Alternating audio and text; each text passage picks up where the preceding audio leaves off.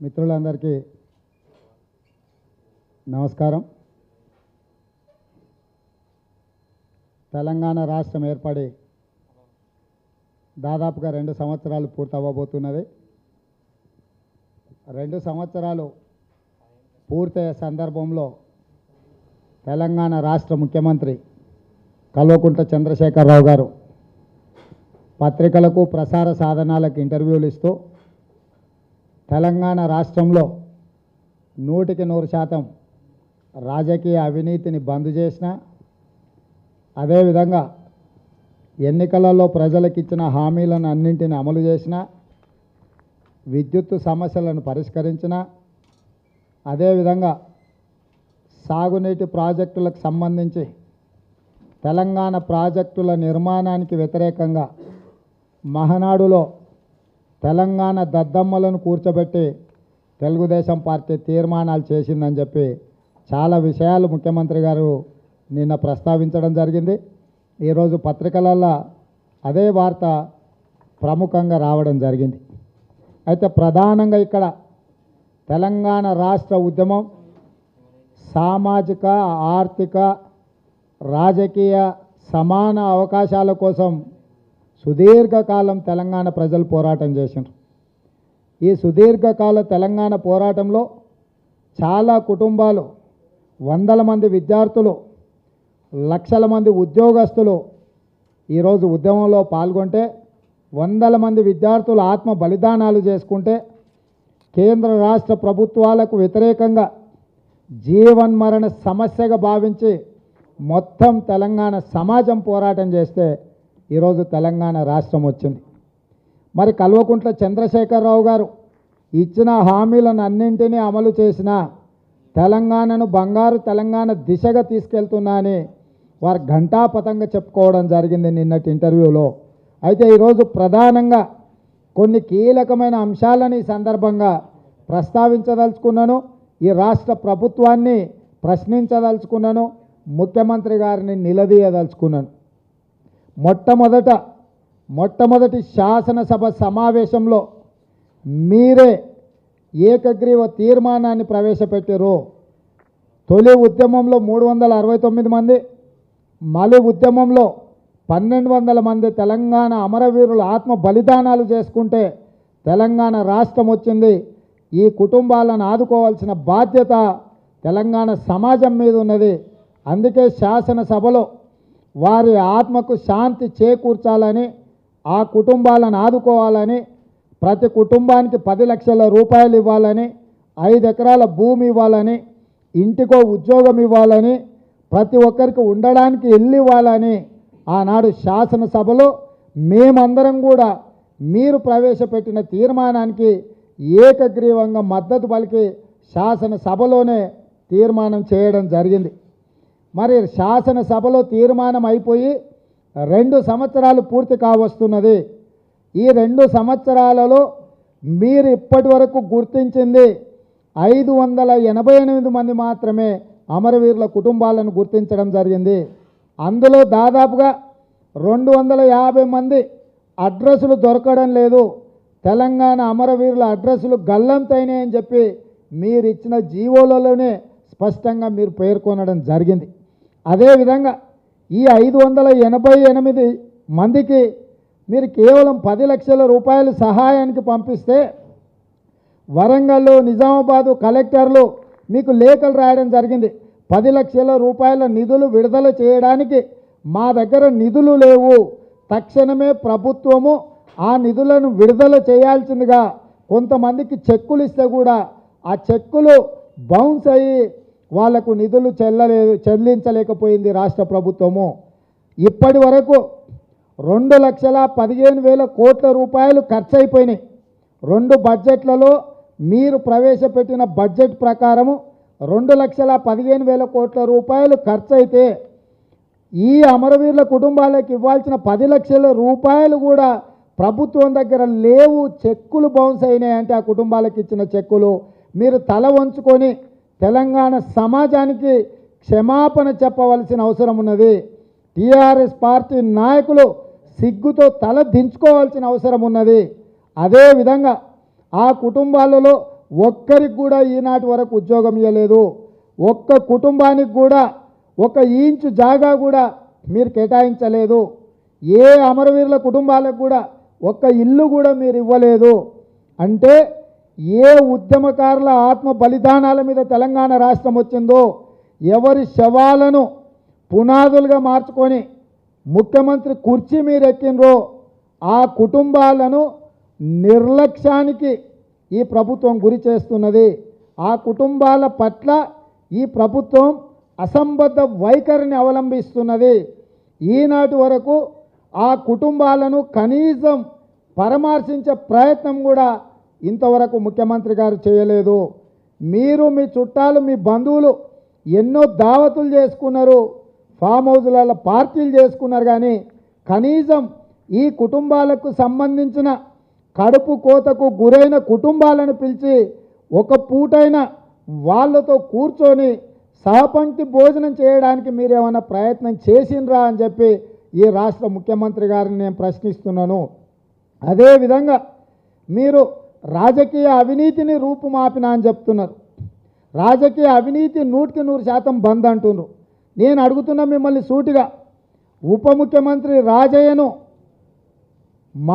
ఉప ముఖ్యమంత్రిగా రాజీనామా చేసే అవకాశం కూడా ఇవ్వకుండా, సమయం ఇవ్వకుండా వారిని మంత్రివర్గం నుంచి బర్తరఫ్ చేసిన మాట వాస్తవం కాదా? వారు 100 కోట్ల రూపాయల అవినీతికి పాల్పడినారు కాబట్టి క్షమించకుండా మంత్రివర్గం నుంచి బర్తరఫ్ చేసిన అని మీరే చెప్పినరు. మరి వాళ్ళు పాల్పడిన అవినీతి సొమ్మును మీరు రికవరీ చేసిండ్రా? ఏ టెండర్లలో వారు అవినీతికి పాల్పడ్డారు, ఏ ట్రాన్స్ఫర్స్లో వారు అవినీతికి పాల్పడ్డారు, ఏ అభివృద్ధి కార్యక్రమాలలో వారు లంచాలు తీసుకున్నారో తెలంగాణ ప్రజానికానికి చెప్పవలసిన బాధ్యత మీ మీద లేదా? ఈరోజు ఉప ముఖ్యమంత్రి స్థాయిలో మీ మంత్రివర్గ సహచరుడు అవినీతికి పాల్పడితే అది మీ కుటుంబ వ్యవహారం కాదు, ప్రభుత్వ వ్యవహారం, ప్రజాధనం. అది ప్రజాధనాన్ని అవినీతితో కొల్లగొడితే ఆ మంత్రిని మీరు బర్తరఫ్ చేసిన అన్నప్పుడు ఆ అవినీతి సొమ్మును రాబట్టవలసిన బాధ్యత మీకు లేదా? లేదా వారు స్వీకరించిన అవినీతి సొమ్మును మీకేమన్నా మీ ఇంట్లో చెల్లించిండా? మీకు వాటాలు వచ్చినాయా? ఈరోజు వరకు మీరు ఎందుకు రాజయ్య గారు అవినీతి మీద స్పష్టత ఇవ్వలేకపోతున్నారు? మీరు అవినీతికి పాల్పడిన సొమ్మును మీరు ఎందుకు రికవరీ చేస్తలేరు?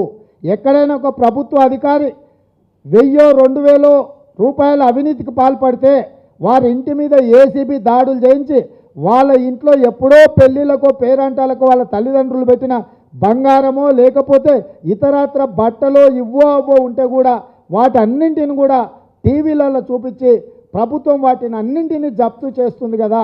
మరి రాజయ్య అవినీతిలో ఎంత సొమ్మును జప్తు చేసిండ్రో మీరు చెప్పవలసిన బాధ్యత మీ మీద ఉన్నది. అదేవిధంగా మంత్రి తలసాని శ్రీనివాస్ యాదవ్ గతంలో మీరు కమర్షియల్ ట్యాక్స్ మినిస్టర్ ఇచ్చాను. కమర్షియల్ ట్యాక్స్ మినిస్ట్రీలో deputy commissioner income commercial tax అధికారి 3 కోట్ల రూపాయలు లంచం ఇచ్చి ఒక పోస్టింగ్ తీసుకున్నాడని మీకు తెలిసి ఆ సొమ్ము మీకు తెచ్చివ్వలేదని చెప్పి ఆ అధికారి మీద ఏసీబీ దాడులు చేపించి అతని ఆస్తులను జప్తు చేపిస్తే ఏసీబీ వాళ్ళ విచారణలో ఆ అధికారి సంబంధిత శాఖ మంత్రికి నేను కోట్ల రూపాయలు లంచం ఇచ్చి పదవిలోకి వచ్చినా నేను ఆ సొమ్మును సంపాదించుకోవడానికే నేను ప్రయత్నం చేస్తున్నా తప్ప నేనుగా పాల్పడింది లేదు, మీ మంత్రివర్గంలో ఉన్న మంత్రికే లంచం ఇచ్చినా అని ఏసీబీ అధికారుల దగ్గర స్టేట్మెంట్ ఇచ్చిన మాట వాస్తవం కాదా? ఎందుకు ఈ అంశాన్ని తొక్కిపెట్టి ఈనాడు శ్రీనివాస్ యాదవ్ను ఆ శాఖ నుంచి ఇంకొక శాఖకు పంపించారు కదా, దానికి కారణం ఏందో చెప్పాల్సిన బాధ్యత మీది లేదా?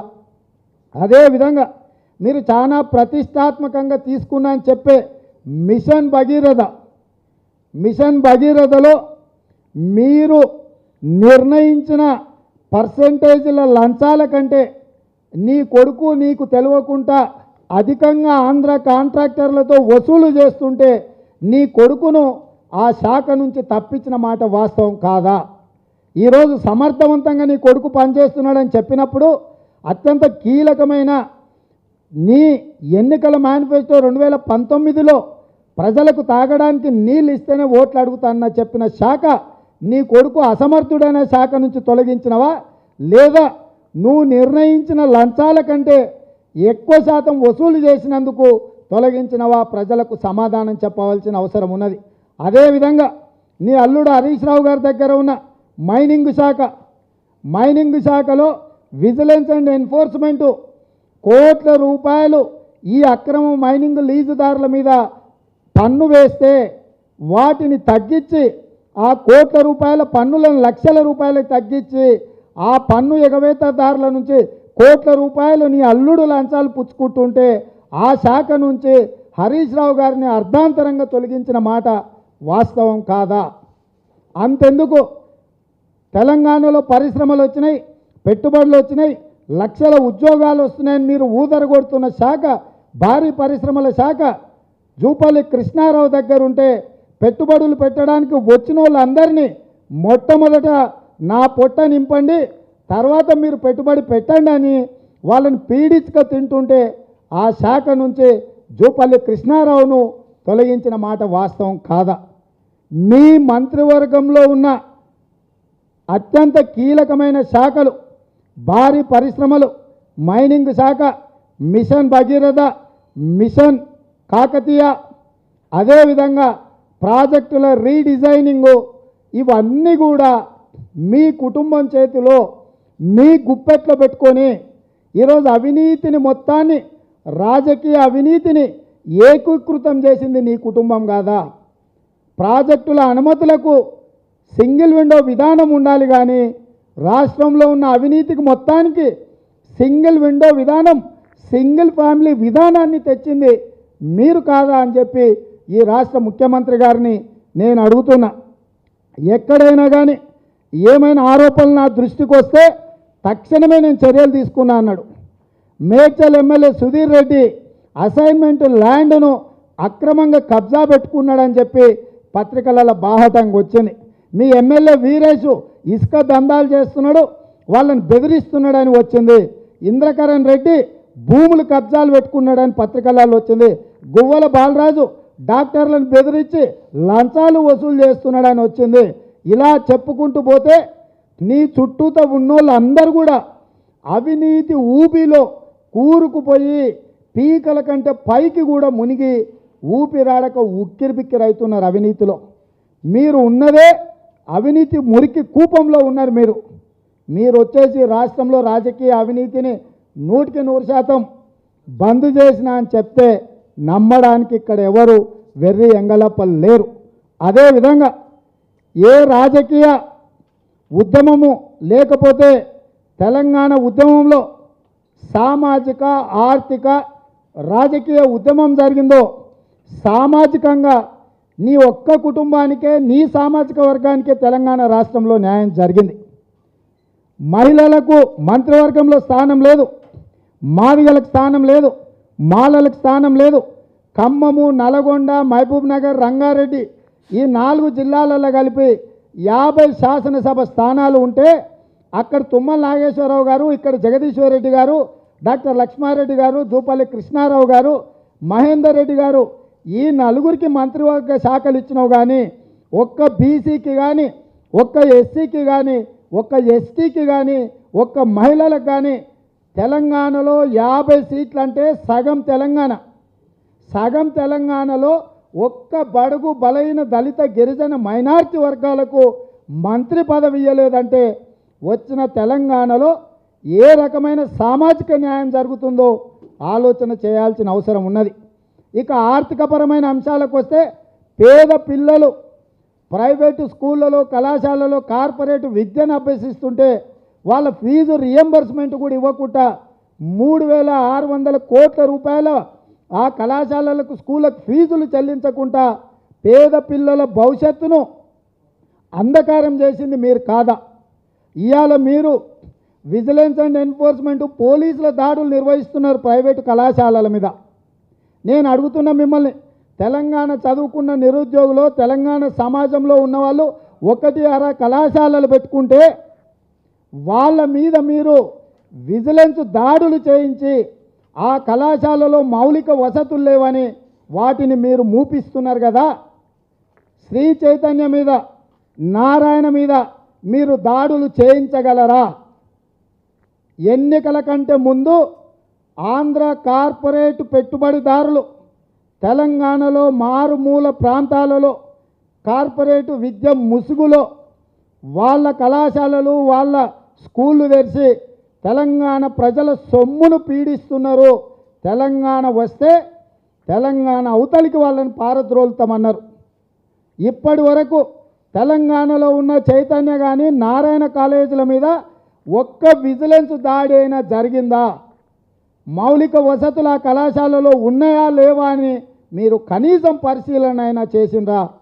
వాళ్ళ మీద మాత్రం ఈగ వాళ్ళనిస్తలేరు. కానీ తెలంగాణలో ఉస్మానియా యూనివర్సిటీలో చదువుకున్న విద్యార్థులు, నిరుద్యోగ యువకులు, పట్టభద్రులు, డాక్టరేట్లు చేసిన వాళ్ళు సొంతంగా ఒకటి అర కళాశాలలు పెట్టుకొని నడుపుకుంటుంటే ఈరోజు వాటిని మూసేసే విధంగా వాళ్ళ మీద అమానుషంగా విజిలెన్స్ దాడులు మీరు చేయిస్తున్న మాట వాస్తవం కాదా? ఇది పక్కన పెట్టండి. వెలాసిటీ అనే కళాశాల, ఆ వెలాసిటీ కళాశాల నీతో నిత్యం ఉండే నీ సమీప బంధువుది కాదా? ఇలా ఎలాంటి వసతులు లేకపోయినా తెలంగాణలో వెలాసిటీ కళాశాలలో చదివితే ఖచ్చితంగా మీకు ఉద్యోగాలు వస్తాయని చెప్పి నీతో నిత్యం 24 గంటలు ఉండే నీ సమీప బంధువు ఆ సంస్థను నడిపి ఇతర కళాశాల వాళ్ళని బెదిరించి అక్కడుండే అధ్యాపకులను తీసుకొచ్చి ఈ కళాశాలలో పెట్టుకొని ఈరోజు తెలంగాణలో మొత్తం మీ పేరు మీద ప్రచారం చేసుకొని ఈ వెలాసిటీ కళాశాలను నడుపుతున్న మాట వాస్తవం కాదా? నీతో నిత్యం ఉండే వ్యక్తే ఈరోజు వెలాసిటీ అనే కళాశాలను పెట్టి ఈరోజు తెలంగాణ సమాజాన్ని, పేదల ఆశలను ఈరోజు మీరు దోసుకునే ప్రయత్నం చేస్తున్నారు. 24 గంటలు నీతో ఉండే వ్యక్తి ఈ కళాశాల ముసుగులో తెలంగాణ పేద తల్లిదండ్రులను లక్షల రూపాయల ఫీజుల రూపంలో దోసుకుంటున్నారు. ఇవాళ నేను సవాలు విసురుతున్న ఈ రాష్ట్ర ముఖ్యమంత్రిని, నువ్వు ఏ పేదోల్లో చదువుకున్న నిరుద్యోగులు పెట్టుకున్న కళాశాలల మీద ఈనాడు మీరు విజిలెన్స్ దాడులు చేయిస్తున్నారు కదా, వెలాసిటీ కళాశాల మీద మీరు విజిలెన్స్ దాడులు చేయించగలరా? నేను ఎక్కడెక్కడ వెలాసిటీ కళాశాలలు ఉన్నాయో నీ అత్యంత సమీప బంధువు 24 గంటలు నీతో ఉండే వ్యక్తి ఈరోజు ఆ సంస్థను నెలకొల్పి తెలంగాణ ప్రజల రక్తాన్ని పీల్చుకుంటున్నాడు. నువ్వు చేసే విజిలెన్స్ దాడులు మౌలిక వసతులు ఉన్నాయా లేవా, ఈ కనీస వసతులు లేకున్నా కళాశాల ముసుగులో లక్షల రూపాయల ఫీజులు ఏ రకంగా వసూలు చేస్తుండో వాటి మీద విజిలెన్స్ దాడులు మీరు చేయించగలరా అని చెప్పి నేను ఈరోజు ముఖ్యమంత్రి గారికి సవాలు విసురుతున్నా. అంటే ఈరోజు కేవలం ముఖ్యమంత్రి గారు తెలుగుదేశం పార్టీని నిందించడం ద్వారా, తెలంగాణ నాయకులను దోషులుగా నిలబెట్టడం ద్వారా రాజకీయంగా పబ్బం గడుపుకోవాలనే ప్రయత్నం చేస్తుండు. మహనాడులో తెలుగుదేశం పార్టీ తెలంగాణ ప్రాజెక్టులకు వ్యతిరేకంగా తీర్మానం చేసినట్టుగా ఒక విష ప్రచారాన్ని మామ అల్లుళ్ళు తెలంగాణ ప్రజలకు చెప్పే ప్రయత్నం చేస్తున్నారు. అసలు చర్చ ఉన్నదే పాలమూరు కాళేశ్వరం, ప్రాణహిత కాళేశ్వరం, పాలమూరు రంగారెడ్డి. ఈరోజు మీరు ప్రాణహిత కాళేశ్వరాన్ని 38,500 కోట్ల నుంచి 81,000 కోట్లకు పెంచి రీడిజైనింగ్ పేరు మీద మీరు పాల్పడుతున్న అవినీతిని మాత్రమే తెలుగుదేశం పార్టీ తెలంగాణ శాఖ ప్రశ్నిస్తున్నది. అదేవిధంగా పాలమూరు రంగారెడ్డి ఎత్తిపోతల ముసుగులో 35,000 కోట్ల రూపాయల టెండర్లు పిలిచి మీరు ఏదైతే కమిషన్ల కక్కుర్తిపడి ఈరోజు టెండర్లు పిలుస్తున్నారో వాటిని ప్రశ్నిస్తున్నాం తప్ప తెలంగాణ అభివృద్ధిని ప్రశ్నించడం లేదు. తెలుగుదేశం పార్టీ ప్రాజెక్టులకు అడ్డం పడుతుందని ఈ రాష్ట్ర ముఖ్యమంత్రి పదే పదే చెప్తున్నారు. నేను సూటిగా ప్రశ్నిస్తున్నా ఈ రాష్ట్ర ముఖ్యమంత్రిని, కల్వకుర్తి, భీమా, నెట్టంపాడు, కోయిల్ సాగర్ ఈ 4 ప్రాజెక్టులు 1,000 కోట్ల రూపాయలు ఖర్చు పెడితే, ఒక్క సంవత్సరం కష్టపడితే పాలమూరు జిల్లాకు 8 లక్షల ఎకరాల ఆయకట్టుకు నీళ్ళు వస్తాయి. మీరు ముఖ్యమంత్రి అయి 2 సంవత్సరాలైంది. 2 సంవత్సరాలలో ఈ 4 ప్రాజెక్టులను పాలమూరులో ఎందుకు పూర్తి చేయలేదు?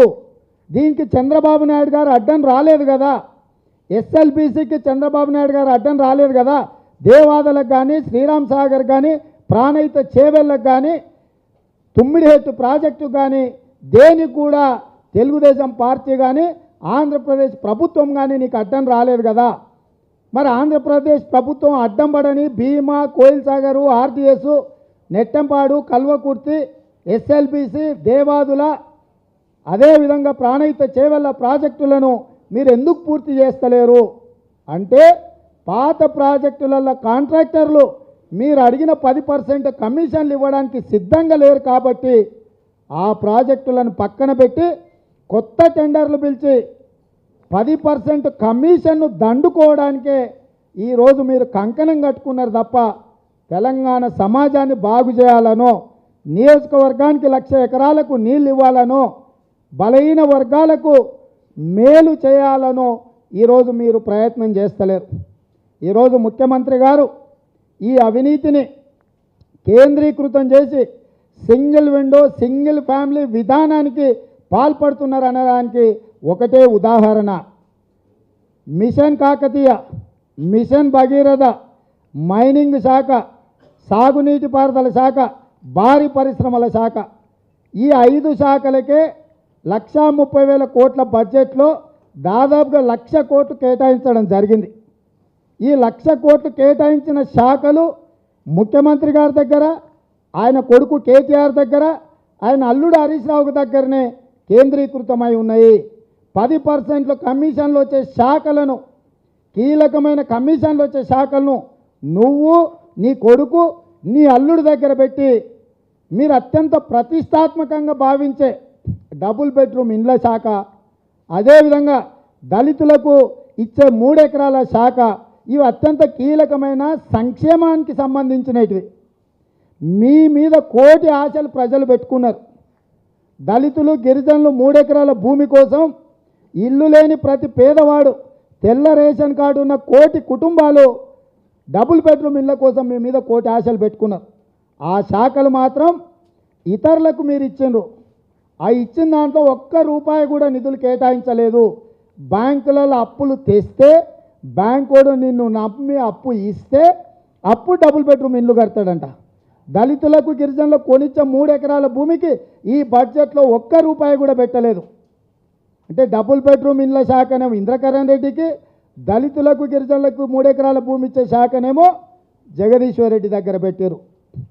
ఏమాత్రం 1 పైసా కమిషన్ రాని శాఖల్ని ఇతరులకు కేటాయించి ఖచ్చితంగా తక్కువలో తక్కువ 10% కమిషన్లు వచ్చే శాఖలు మీరు, మీ కొడుకు, మీ అల్లుడి దగ్గర పెట్టుకున్నారు. ఈరోజు రాష్ట్రాన్ని సింగిల్ ఫ్యామిలీ, సింగిల్ విండో విధానం కింద రాజకీయ అవినీతి మొత్తం మీ కుటుంబం చుట్టూతోనే కేంద్రీకృతమైంది. వీటన్నిటి మీద మీరు విచారణకు సిద్ధంగా ఉన్నారా అని చెప్పి ఈ రాష్ట్ర ముఖ్యమంత్రి గారిని ప్రశ్నిస్తున్నా. అదేవిధంగా వారు పర్యటనలో ఒక మాట చెప్పారు, లంచం అడిగితే తోలు తీస్తా, అదేవిధంగా లంచం అడిగితే చంపేస్తా. ఈ మాటలు ఎవరే అన్నది? ఈ రాష్ట్ర ముఖ్యమంత్రి.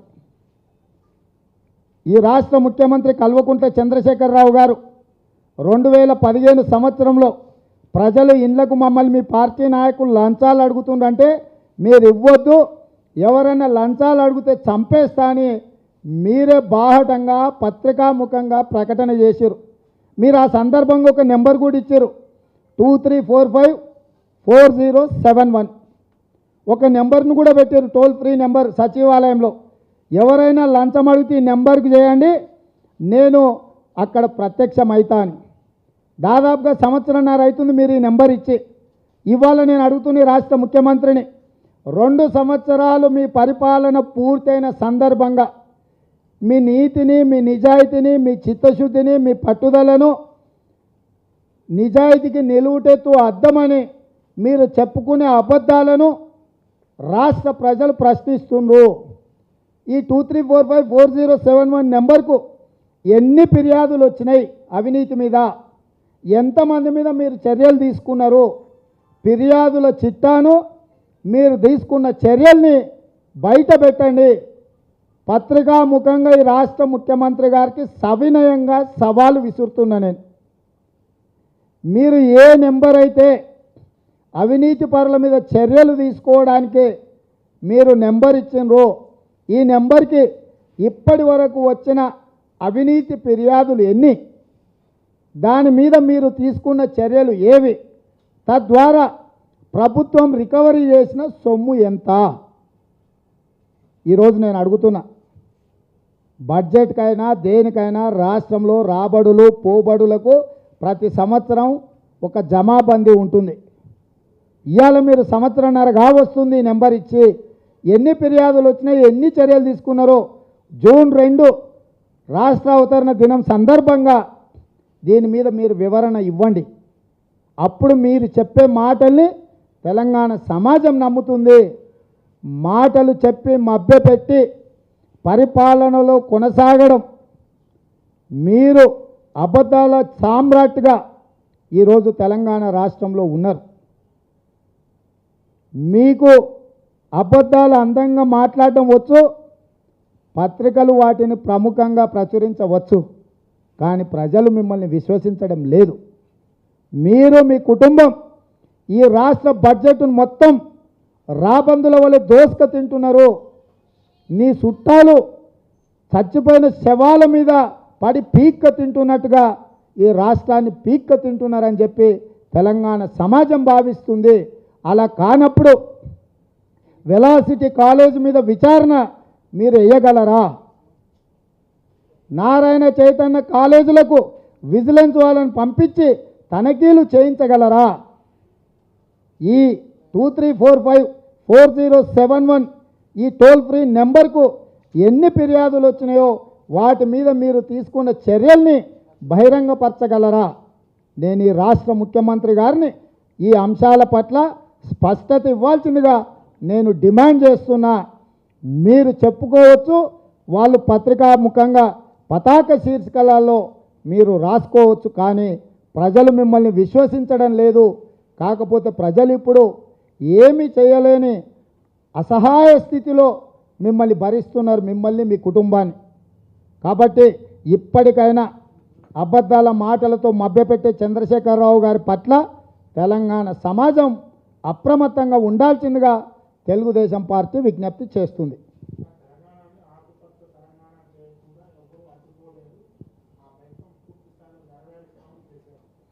ఎవరొద్దంటారు? మేము కూడా సహకరిస్తాం. ఆకుపచ్చ తెలంగాణ చేసే క్రమంలో ఏదైనా అవసరమైతే ప్రతిపక్షాలుగా మేము కట్టెపట్టుకొని నిలబడతాం. ఈరోజు కల్వకుర్తి, భీమా, నెట్టంపాడు, కోయిల్ సాగర్ ప్రాజెక్టులను పూర్తి చేయడానికి ఎవరడ్డం వచ్చినా మేము మా కార్యకర్తలు కట్టెపట్టుకొని నిలబడతాం. రండి, మీరు వచ్చి పూర్తి చేయండి. ఈరోజు కేవలం ఆర్భాటపు అబద్ధాల ప్రచారంతో కేసీఆర్ మభ్యపెడుతున్నాడు. ఈరోజు అసలు తెలంగాణలో ఆయన చేసే పనులను ఎవ్వరు వద్దనట్లేదు. డబుల్ బెడ్రూమ్ ఇండ్లు ఇస్తా అంటే ఎవరొద్దనిలే, గిరిజనులకు దళితులకు భూములు ఇస్తా అంటే ఎవరొద్దనిలే, పెండింగ్ ప్రాజెక్టులను పూర్తి చేస్తా అంటే ఎవరొద్దనిలే. ఎవరైనా వద్దంటున్నారంటే 1,50,000 కోట్ల రూపాయల టెండర్లు పిలిచి 10,000 కోట్ల రూపాయలు మీరు కమిషన్లు దండుకోవడానికి వైఎస్ఆర్ ఆత్మ మిమ్మల్ని ఆవహించింది. ఆనాడు ఏ ఆత్మ అయితే ఈ రాష్ట్రంలో ప్రాజెక్టులు ముసుగులో దోచుకున్నారో వాళ్ళే మళ్ళీ రాష్ట్రాన్ని దోచుకుంటున్నారు. ఆ ఒక్క దోపిడీకి మాత్రమే తెలంగాణ సమాజం వ్యతిరేకిస్తుంది. ఈరోజు విద్యుత్తు కొనుగోళ్ల విషయంలో ఛత్తీస్గఢ్ నుంచి 1000 మెగావాట్ల విద్యుత్తు కొనుగోలు ముసుగులో 15,000 కోట్ల రూపాయల నష్టం వస్తుందని విద్యుత్తు చేసి తెలంగాణ ఉద్యమాన్ని విద్యుత్తు శాఖలో నడిపిన రఘు, ఆయన నిజాయితీని చిత్తశుద్ధిని ఎవరు శంకించలేరు, ఆయన నిపుణతను కూడా ఎవరు శంకించలేరు. విద్యుత్తుకు సంబంధించిన దాంట్లో అతనే నిపుణుడని చెప్పి అతని నివేదికలనే తెలంగాణ ఉద్యమంలో శ్రీకృష్ణ కమిటీకి మీరు నివేదించారు.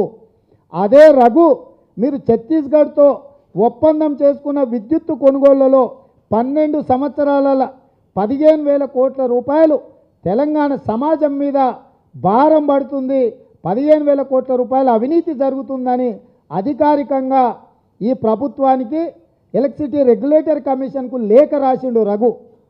లేఖ రాసిన 48 గంటలల్లా వరంగల్ అడవులకు మీరు అతన్ని బదిలీ చేసిండ్రు.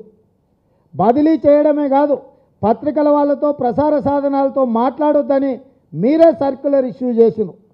అంటే ఒకనాటి తెలంగాణ ఉద్యమకారుడు మీ అవినీతిని ప్రశ్నిస్తే వరంగల్ అడవులకు తోలి అతని పత్రికలతో మాట్లాడొద్దని చెప్పి సర్కులర్ జారీ చేసి కఠినమైన నిబంధనలు పెట్టింది మీరు కాదా? అంటే మీ అవినీతిని ప్రశ్నిస్తే శంకరగిరి మాన్యాలను పట్టిస్తారా? మీరు చేసే తప్పుడు విధానాలను ప్రశ్నిస్తే వాళ్ళ మీద మీరు బురద చల్లుతారా? మహానాడులో ఎక్కడ కూడా తెలంగాణ ప్రాజెక్టులను నిలపాలని ఆంధ్ర వాళ్ళు కానీ తెలంగాణ వాళ్ళు కానీ మాట్లాడలేదు. కానీ తెలంగాణ దద్దమ్మలు అక్కడ కూర్చొని తీర్మానం చేసిందని కేసీఆర్ స్థాయిలో మీరు అంటారా? ఈ రాష్ట్ర ముఖ్యమంత్రిగా మీరు మమ్మల్ని దద్దమ్మలంటే మేము మిమ్మల్ని ఏమనాలి చెప్పండి? సోయి లేనోళ్ళు, సన్నాసులు, తాగుబోతులు, టీఆర్ఎస్ వాళ్ళు నోటికొచ్చినట్లు మాట్లాడుతున్నారు. ఈ సన్నాసులకు రాళ్లతో కొడితే కానీ బుద్ధి రాదని మేమంటాం. ఎందుకంటే మీరు అబద్ధాలు చెప్పిన తర్వాత అబద్ధాలు చెప్పేటోళ్ళను రాళ్లతో కొట్టండి అని చెప్పి తెలంగాణ ప్రజలకు మేము విజ్ఞప్తి చేస్తున్నాం. నువ్వు మమ్మల్ని దద్దమ్మలంటే బాగున్న సార్ బాగన్నారని వినడానికి ఈడెవడు సిద్ధంగా లేడు. మమ్మల్ని దద్దమ్మలంటే నిన్ను సన్నాసులు, సోయి లేనోళ్ళు, తాగుబోతులని బరాబర్ అంటాం. ఇక్కడ కాదు, నీ ఇంటికాడికి వచ్చి అంటాం. పరువు ఉన్నోడు వేసేది పరువు నష్టం కేసా? నువ్వు బలెటోడు ఉన్నావు. వేసేటందుకు కూడా అర్హత ఉండాలి. కేసు ఎట్లా మాట్లాడతారు మీరు? అన్నీ తెలిసిన వాళ్ళు మీరు కూడా ఇట్లా మాట్లాడితే ఎట్లా చెప్పి ఇంకా మేము ఎట్లా సమాధానం చెప్పాలి?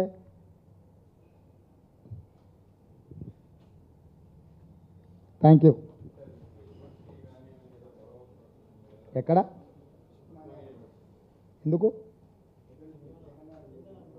సెకండ్ నాడు తెలంగాణ జనజాతర అని చెప్పి 35 సంఘాలు తెలంగాణ ఉద్యమంలో కీలక పాత్ర పోషించిన వాళ్ళు, వందల కేసులు కట్టుకున్న వాళ్ళు, తెలంగాణ అమరవీరుల స్మారకం సందర్భంగా, తెలంగాణ రాష్ట్రం వచ్చిన సందర్భంగా తెలంగాణ ప్రాంతాన్ని అభివృద్ధి చేసుకునే ఉద్దేశంలో రాజకీయ, ఆర్థిక, సామాజికంగా తమ హక్కులను ప్రశ్నించడానికి, నినదించడానికి విద్యార్థి సంఘాలు 35 సంఘాలు కలిసి ఒక సమావేశాన్ని ఏర్పాటు చేసుకోవడం జరిగింది.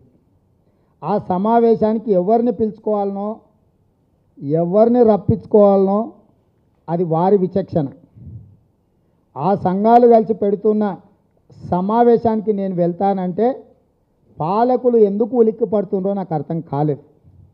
చూస్తున్న అక్కడక్కడ టీఆర్ఎస్ నాయకులు రేవంత్ రెడ్డి ఎట్లొస్తాడో గట్లనే వస్తాడు. కరీంనగర్కు గిట్లనే మాట్లాడారు ఎట్లొస్తాడని. కరీంనగర్కి ఎట్లా పోయినో మీరు అందరూ చూసిర్రు. మళ్ళీ చూపించారు కరీంనగర్కు నేను పోయినప్పుడు ఎట్లా పోయినో.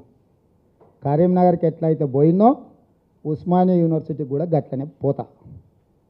తెలంగాణ జనజాతరకు 35 విద్యార్థి సంఘాలు నన్ను రమ్మని ఆహ్వానించినాయి.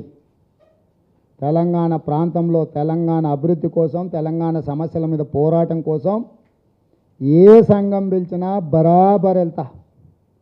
దీనికి కేసీఆర్ అనుమతి నాకు అక్కరలేదు. కేసీఆర్ లాంటి వాళ్ళు చిల్లర ప్రయత్నాలు చేస్తే అది వారికే ఎదురు దెబ్బ తగులుతుంది. చిల్లర మల్లర రాజకీయాలు మానుకోండి. సచివాలయంలో పైరవికారులు, కాంట్రాక్టర్లు కనిపిస్తలేరని కూడా ఇంకో మాట అన్నాడు. ఇవాళ పైరవికారులు, కాంట్రాక్టర్లు ఫామ్ హౌజులకు మారినరు, 5 స్టార్ హోటళ్ళకు మారినరు. సచివాలయంలో నువ్వు లేకపోతే వాళ్ళు వచ్చి ఏం చేస్తారు? వాళ్ళు ఫామ్ హౌస్కే రాబట్రి, ఫామ్ హౌజులనే మాట్లాడుకోవట్రి, ఫామ్ హౌజులనే ఇవ్వట్రి. ఇక మళ్ళీ ఆడేవాడు ఉంటాడు. అందుకే ఖాళీగా ఉంది. మీరు వచ్చి కూర్చొని చూద్దాం ఓ నెల మొత్తం ఆడనే ఉంటారు. ఎవడు ఎమ్మెల్యేకి అపాయింట్మెంట్లే లేవు. ఇవాళ నేను అడుగుతున్నా, ఈ 2 ఏళ్ళలో ఎంతమంది ఎమ్మెల్యేలకు కేసీఆర్ గారు అపాయింట్మెంట్ ఇచ్చారో లిస్టు బయట పెట్టమని. ఏం పని చేస్తుంటాడో ఎమ్మెల్యేలను కలవకుండా ముఖ్యమంత్రి గారికి ఏం పని ఉంటుంది? ఏంది ఏమైనా బయదవుతుండ ఆయన? ఏం చేస్తాడు? కాబట్టి ఇవాళ వారు చెప్పింది ఒక్క విషయంలో నేను వారితో ఏకీభవిస్తున్నా. సచివాలయంలో పైరవికారులు, కాంట్రాక్టర్లు కనిపిస్తలేరు, ఇది వాస్తవం. వాళ్ళందరూ ఫామ్ హౌజులలో, 5 స్టార్ హోటళ్ళల్లో మీతోనే ఉంటున్నారు. ఎక్కువ తక్కువ అయితే విమానాలలో మీరు ఢిల్లీకి పోయేటప్పుడు, ఢిల్లీ నుంచి ఇక్కడ వచ్చేటప్పుడు మీతోనే ప్రయాణిస్తున్నారు. ఆయన ఢిల్లీ ప్రయాణం, ఢిల్లీ నుంచి వెనక్కి వచ్చినప్పుడు ఆ విమానం లిస్టు తీసుకోరు పాత్రికేయ మిత్రులు. ఎప్పుడైనా ఎంతమంది కాంట్రాక్టర్లు ఆ విమానంలో ఆయనతో పాటు ప్రయాణిస్తారో మీకే లిస్టు తెలుస్తుంది. నేను చెప్పడం ఎందుకు? ఇదేం పెద్ద రహస్యం ఏం కాదు. ఇదేమో రాకెట్ తయారీ అంతకంటే కాదు, అంతరిక్షానికి పోవాలన్నా రావాలన్నా ఏంది లేదు. ఎయిర్పోర్ట్ కాడికి పోయి ఏ ఎయిర్లైన్స్లో అయ్యగారు పోయినరో అయ్యగారు పోయిన ఎయిర్పోర్ట్ ఆ ఎయిర్లైన్స్ నుంచి లిస్టు తీసుకుంటే అందులో ఎంతమంది కమిషన్ కాకతీయ కాంట్రాక్టర్లను, ఎంతమంది రీడిజైనింగ్ కాంట్రాక్టర్లు ఎవరెవరు ఉన్నారో మొత్తం చిట్టాపద్ద అంతా మీకే దొరుకుతుంది. మేము చెప్పుడు ఎందుకు, మేము చెప్తే మేము ఏదో పొద్దుపోక ఆరోపణలు చేస్తున్నారని అంటాడు ఆయన. కాబట్టి ఇవాళ ఈ రాష్ట్రంలో దేశంలో ఎక్కడా జరగనంత అవినీతి జరుగుతుంది. ఒకే కుటుంబం అవినీతికి పాల్పడుతుంది. ఏకీకృతం చేసిండు, సింగిల్ విండో విధానం తీసుకొచ్చిండు, సింగిల్ ఫ్యామిలీకి తీసుకొచ్చిండు. ఇదే ఆయన ఈ 2 ఏళ్లలో సాధించిన విజయాలు. ఇంత మించి పేదోళ్ళకి ఇండ్లు ఇచ్చింది లేదు, దళితులకు భూములు ఇచ్చింది లేదు, గిరిజనులకు రిజర్వేషన్ ఇచ్చింది లేదు, మైనార్టీలకు రిజర్వేషన్లు ఇచ్చింది లేదు, వికలాంగులకు ఉద్యోగాలు ఇచ్చింది లేదు, ఏమీ లేదు. ఆయన చేసింది ఏందా అంటే టెండర్లు పిలుచుడు, 10% కమిషన్లు తీసుకుంటు. ఇంతకు మించి ఆయన సాధించింది ఏమీ లేదు. ఆయన కొడుకైనా అంతెందుకు. కేసీఆర్ పోయించిన ప్రతి 10 రోజులకు ఏ దేశం కేసీఆర్ పోయిస్తే ఆయన వెనకాల కేటీఆర్ పోయేస్తాడు. నాకు అర్థమవుతలేదు. ముఖ్యమంత్రి పోయించినాక మంత్రి వెనకంగా పోయి ఏం చేస్తాడు? సింగపూర్ అయినా, దుబాయ్ అయినా, ఇంకో దగ్గరికైనా. దీని వెనకాల ఉన్న మర్మం ఏందో మీరే పరిశోధించండి, విశ్లేషించండి. పరిశోధనాత్మకమైన కథనాలు రాయడంలో ఎందుకో వాడి వేడి తగ్గింది తెలంగాణ జర్నలిస్టు మిత్రుల నుంచి. మీరందరూ కూడా కొంచెం పెన్నులకు పదును పెట్టండి. ఎప్పుడు మేమే శోధించడం ఎందుకు? మీకు కూడా బాధ్యత ఉంది మాతో పాటు. మేము ఒకసారి అధికారంలో ఉంటాం, ఒకసారి ప్రతిపక్షంలో ఉంటాం. మీరైతే ఎప్పటికీ ప్రతిపక్షమే కదా.